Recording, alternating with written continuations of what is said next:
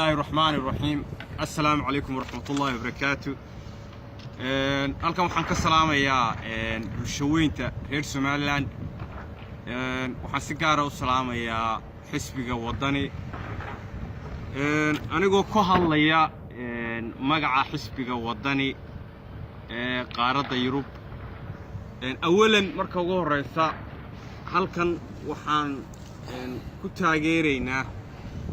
go'aankii xisbiga wadani ay soo saareen xisbigu ku saabsanaa komishinka doorashooyinka iyo sidii ay doorashadaas inoogu dhici lahayd. anigoo ku hadlaya mar labaad afka xisbiga qaaradda Yurub, waxaan hoggaanka xisbiga wadani oo ugu horeeyo gudoomiye Cabdiraxmaan Maxamed Cabdullaahi Cirro, hoggaamiyaheena Xirsi, ku-xigeenka gudoomiyaha ku-meelgaarka ah Cabdulqaadir Jirde,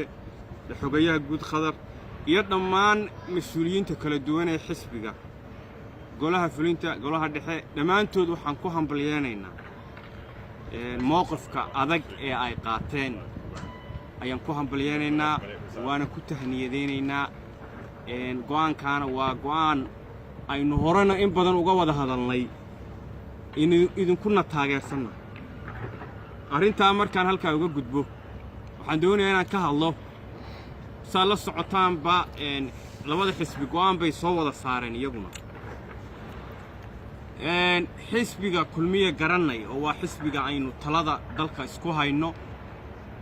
waa xisbi muxaafida.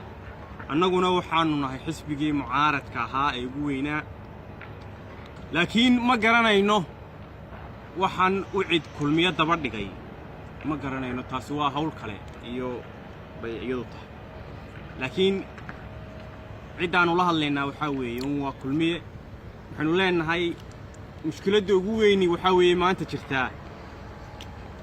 wadani oo looga bartay tanaasul iyo kulmiye oo u bartay in loo tanaasulo ayay sartu ka qurunsan tahay.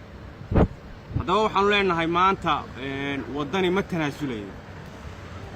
haddii la garnaqsadana gar baanu ku taagannahay. laba arrimoodoo waaweyn oo masiiriya ayaanu ka tanaasulnay haddaanu wadani nahay. waxaanu ka tanaasulnay kursigii baarlamaanka oo doorashadiisii musuqa dhacday, waa ka tanaasulnay annagoo dalka iyo dadkaba eegayna. waxaan ka tanaasulnay doorashadii madaxweyne oo iyaduna musuq iyo boob ka dhacay, waa ka tanaasulnay, iyaduna sharaf bay noo ahayd annagoo dalka iyo dadka eegayna. maanta waxaanu rajaynaynaa maadaama waxa aanu kondishinka aanu keennay uusan ahayn kondishin weynba ay tahay war doorashadii noo qabtay, laakiin guddidii hore ee komishinka ee aanu daadifeynay ee kalsoonida kala noqonay dee doorasho nooma qaban karto. intaasi horta arrintu ahayd. markaa waxaan leeyahay maanta wadani garbu ku taagan yahay. ciddii gardarro wadaa ee iyadu aan tanaasul oggolayn dee waa la arkayaa. xisbiga kulmiyana waxaan leeyahay intaasoo jeer buu xisbigii udub muxaafidka ahaa idiin tanaasulay. komishinkanaad maanta ku dheggan tihiin shalay bay ahayd markii la kala diray. waxaa weeye waxaa kala garan laadihiin dee inaad kursigii fadhidaan iyo inaad mucaarad tihiin baa kala garan laadihiine. maanta taladii dalka idinkaa hayee tanaasul baa laydinka baahan yahay. annagu 2 jeer baanu tanaasulnay, mar saddexaad tanaasuli mayno. taas waa arrintii xisbiga. waxaan doonayaa ayadan inaan halkan ka idhaahdo xariggii loo geystay isna abaan abees oo boolisku xidhay. arrintaa waxaan doonayaa shalay waxaan daawanayay shir jaraa'id ay qabteen boolisku oo arrintaa uga hadleen. runtii kumaan qancin qaabku ay boolisku hadalka u dhigayaan. waxaa ku jirtay arrimo sharciga khilaafsan, iyagoo aan qofkii maxkamadda la geyn muwaadinka ayay yidhaahdeen waa dembiile ninkani, waa khalad weeye, qofka waa in maxkamadda la geeyaa sida sharcigu sheegayo. maxkamadda ayaa markaa inuu dembiile yahay in kala sheegaysa. arrinta kale khaladkaa waxaa weeye dadka in la haddado oo la yidhaahdo ciidanka booliska waxba kama sheegi kartaan. taasina waxaan u arkaa inay khalad tahay. waxaa weeye wixii sira ee ciidanku leeyahay, hadday ciidanka tahay haddii muwaadiniinta tahayba, sirta ciidanka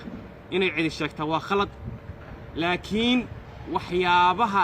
booliiska dhibaatada booliiska shacabka uga timaada shacabku way ka hadli karaan fartana way ku fiiqi karaan dastuurkaana u ogol iyo nidaamka dadkuna waa dal dimuqraadi ah waxaan arkayay fooxle taliya ku-xigeenka oo leh askartii hore kacaankaba lamaydan hadli jirin dee kuwaasi dictator bay ahaayeen marka adiguna fooxlo waxaa tahay askartii dictatorka lagu soo tababaray marka inaad maanta saa u hadashaa waa khalad weeye nasiib darrada ugu weynay haddaynu nahay reer Somaliland haysataana waxaa weeye 22 sanaynu jirnay wax horumaro kamaynan samayn ciidamada kamaynan samayn ardaydayna sanad walba intaas oo kun oo arday baa jaamacadaha inooga baxa waxay ahayd ardayda inaynu uga faa'iideyno inay ciidamada aynu qorno waxay ahayd dawladaha markaa talada haya ama tan maanta muusaba inay siyaasad la yimaadaan ay ardayda ha noqoto ama kuwa sekondariyada ka baxay ama kuwa jaamacadaha ka baxay in ciidanka la qoro khaasatan ciidanka booliska la qoro si aynu u helno booliis cilmi iyo aqoon leh sababtoo ah maanta ciidanka booliiska inoo jira wuxuu u badan yahay qayb ka mida SNM iyo ciidan beeleedyadii maleeshiyaadkii ciidan beeleedyada ahaa u badan yahay oo la qarmeeyay marka waxaynu u baahannahay maanta waxaynu u baahannahay alxamdulillah shukr hadeen reer Somaliland waxaynu haysanaa intaas oo kun oo aqoon-yahan baa jaamacadaha inooga soo waa waqtigii aynu dadka aqoonta leh ciidamada qori lahayn si ay shaqo xirfadeed oo wanaagsan inoogu qabtaan iyagana la tababaro aqoontoodana la tayeeyo marka waxaynu u baahannahay booliiska maanta jira in wax weyn laga bedelo waxaan arkayay iyagoo laabsalaax maalin laweyd ka hadlaya oo leh laabsalaax meel kale ayaa laga maamulaa taas waa cantarabaqashtii kulmiye wadani bay lahaayeen xamar baa laga maamulaa laabsalaax bay leeyihiin xamar baa laga maamulaa wixii aan iyaga la fakirahaynba waa xamar taas waa cajiib weeye ninkii garanaya kulmiye waa xisbigii mucaaradii ugu horreeyey ee Soomaaliya wada hadal la furay iyadoo dawladdu ay diidantay marka halkaan waxaan leenahay madaxweynahana waxaan leeyahay madaxweyne sanad baa ku dhamaaday sanadkaasi ilaa iminka wax la taaban karo xataa shaqadii qaranaa tiray waa la qabanayaa ma jirto oo wali waa cadibanta waqtigaagii ugu badnaa waxaad ku bixisay inaad marba afar oday inaad madaxtooyada isugu keento oo aad tiraahdo waxbaan dhayayaa waxaan aaminsanahay wadda qaldan inaad madaxweyne ku socoto waxaa loo baahan yahay booliiska waxaa loo baahan isbeddel baa looga baahan yahay dalkoo dhan isbeddel baa looga baahan yahay waxaad ku mashquushaa shaqooyinka arrimaha bulshada caafimaadka waxbarashada cadaaladda laakiin dhaqaalaha dalkaba haddaad marba 500 oo nin oo garxijisa isugu keenta madaxtooyada oo dhaqaalihii dalkaba aad ku bixiso reer baan kala jebinayaa waxaas waa ceeb weeye madaxweyne marka waxaa loo baahan yahay bulshadu waa dhibaataysan yihiin arrimaha bulshada inaad wax ku bixiso magaaladan aad joogtay Hargeysa caasimadda abaa biyela marka waxaynu u baahanahay inaynu ka korno hanaanka qabiilka oo aynu ku bixinno dhaqaaluhu ay ku baxaan waxyaabaha arrimaha bulshada ku baxaan waxaan doonayaa kale inaan ka hadlo xisbigan u cid iyo ninkan gudoomiye ku-xigeenka laga eriyay horta ninkan gudoomiye ku-xigeenka laga eriyay waxaan leeyahay war waa ducaysan tahay meel khayr qabo maadan joogini hadii ilaahay ka kixiyay nasiib baad leedahay waliba ninkani anu waxaan ogahay jaamacadaadii camuudna inuu ka saaqadiyay oo waxa weeye waqtigii uu ardayda Puntland u fadeexadeynay waadiga jaamacadda ku yar taraaray meel wanaagsan buu ilaahay ka kixiyay xisbiyadaadan kale iska kaalay wadani kaalay meel guri saaqid ayuu ilaahay ka kixiyay taas waxaan u leeyahay ninkan gudoomiye ku-xigeenka ee u cid ka tagay maanta waxaan arkay Faysal Cali Waraabe oo waraysi yar laga qaaday oo hordhaca wali ma dhameystirna wuxuu ka hadlayay farmaajo iyo dawladda xamar runtii farmaajo iyo dawladda xamar de waxba inaga waxa weeye waynu saynaa siyaasiyiinta Soomaaliland way ka hadli karaan laakiin waxaan aad u la yaabay Faysal Cali Waraabe waxyaabihii ku hadlayay wuxuu yiri farmaajo wuxuu wadaa wax la yiraahdo daaroodism runtii Faysal hadalka waxaad moodaa inuu yahay hadal meel ka dhaca farmaajo waynu saynaa laakiin qadiyad baynu isku haynaa dagaal diblomaasiyadeed buu inagu wadaa inaguna dagaalkeena wuu noqdaa dagaal diblomaasiyadeed qadiyadda Soomaaliland ee Soomaaliya ka dhaxaysa ma aha mid daarood iyo isaaq u dhaxaysa ma aha kuwa Soomaaliya wada deganna waa qabaa'il wada degan Soomaaliland qabaa'il baa wada degan oo Soomaalilandnimada ku qanacsan وأوجيدين مالين دويد سليمان علي كورة وسير كبيه وبيشا ما أنت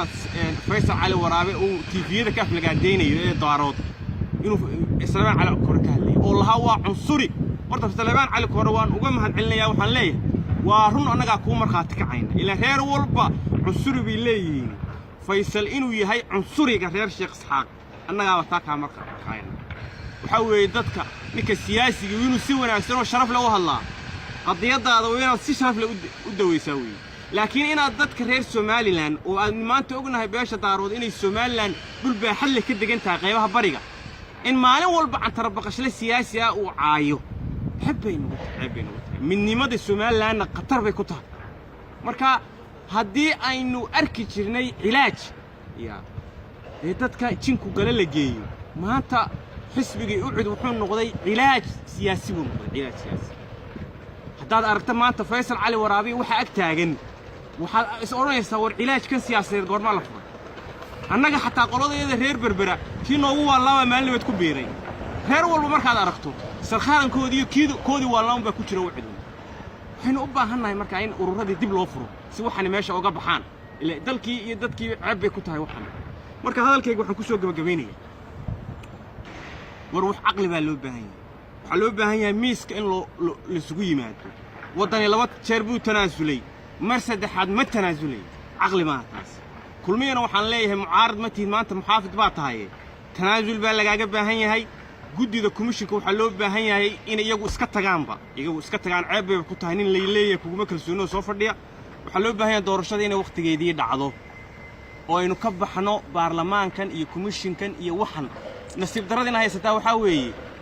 فيصل على ورابان برلمان هلا بدل يسوقوا يسوق فرديا هاو منيس أيو يسوق فرديا لبض دور شو حلال أبو قلي أو واي دور الشدي قدام بيسوق حرام كو قلي أبو واي هذا نوح كلية برلمان كشان يتوان سنة فرديا يسوقوا الله تسنة كل دوات بو فرديا بردت كنوع عاسب بالإيج كله وناك بندونين وروحين أوبا هنا هاي إنه dhalinyarada aqoonyahanka ah ee tacliinta leh inay siyaasadda iyo ciidamada iyo meel walba soo galaan dadkan la isku dirayo ee la leeyahay wixii reer hebel baa qaatay annaga naftirkayaga mucaaradkayaga naftirkiisa been idin sheegi maayo dad badan oo siyaasiyiin oo buka waan ugu dhex jira oo halkay dadka si wanaagsan ula hadlaayeen oranaya xanuun gelinaya baa jira mucaaradkana waa jira muxaafidkana waa jira dad buka oo dadka qabaa'il iyo qurun ku afuufay waxaan leenahay dadka noocaas ah la iska qabto kulmiyana waxaan leenahay maanta mucaarad ma tihiin war xisbul xaakim baa tahay tanaasul la kaalay wassalaamu calaykum